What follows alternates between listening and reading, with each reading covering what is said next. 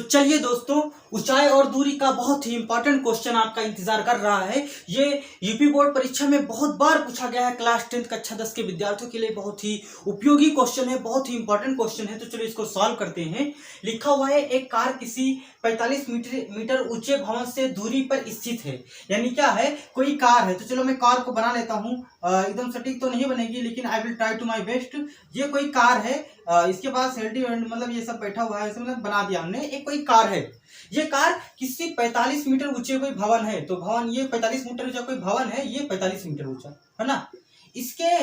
इसके कहीं दूरी पर ये खड़ा है। ये कार क्या है भाई, इस भवन से 45 मीटर ऊंची भवन है और कहीं कार जो है इसके कुछ दूरी पर खड़ा हुआ है।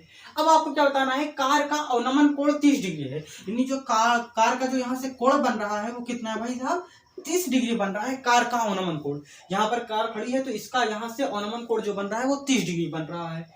और तो कार तथा भवन के बीच की दूरी ज्ञात कीजिए। तो ये तो आपका कार है और ये आपका क्या है, भवन है। तो कार और भवन के बीच की क्या करना है भाई, दूरी ज्ञात करना है। तो इसको चलो मैं नाम ए दे देता हूँ, इसको नाम बी देता हूँ, इसको नाम सी दे देता हूँ।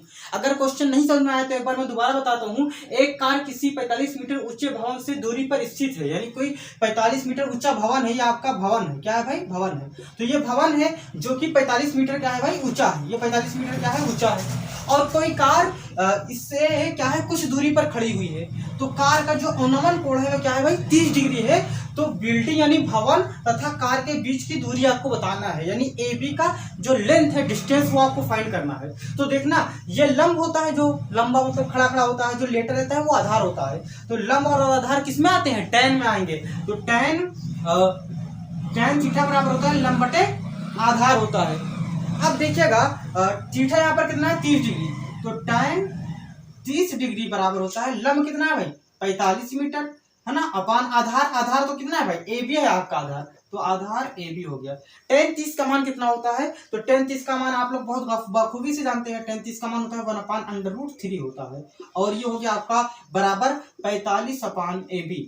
अब आप जानते हैं जब इक्वल का साइन होता है तो खाली क्रॉस मल्टीप्लाई होता है, वो इधर का उधर का होता है। तो ए बी जब 1 से मल्टीप्लाई करेगा तो हो जाएगा ए बी, और 45 जब √3 से मल्टीप्लाई करेगा तो 45/√3। यह आपका मीटर हो गया। तो जो आधार है यही आपका आधार है। आधार बोले तो है बिल्डिंग और कार के बीच की दूरी। तो जो ए बी हो गई वो 45, यानी जो आपका दूरी है 45/√3 मीटर। यानी जो बिल्डिंग और कार की जो बीच की दूरी थी वो 45/√3 मीटर थी। यह आपका आंसर आ गया। अगर वीडियो आपको अच्छी लगी हो तो लाइक करिएगा और चैनल को सब्सक्राइब करना मत भूलिए और बेल आइकन को भी दबा लीजिए। Thank you.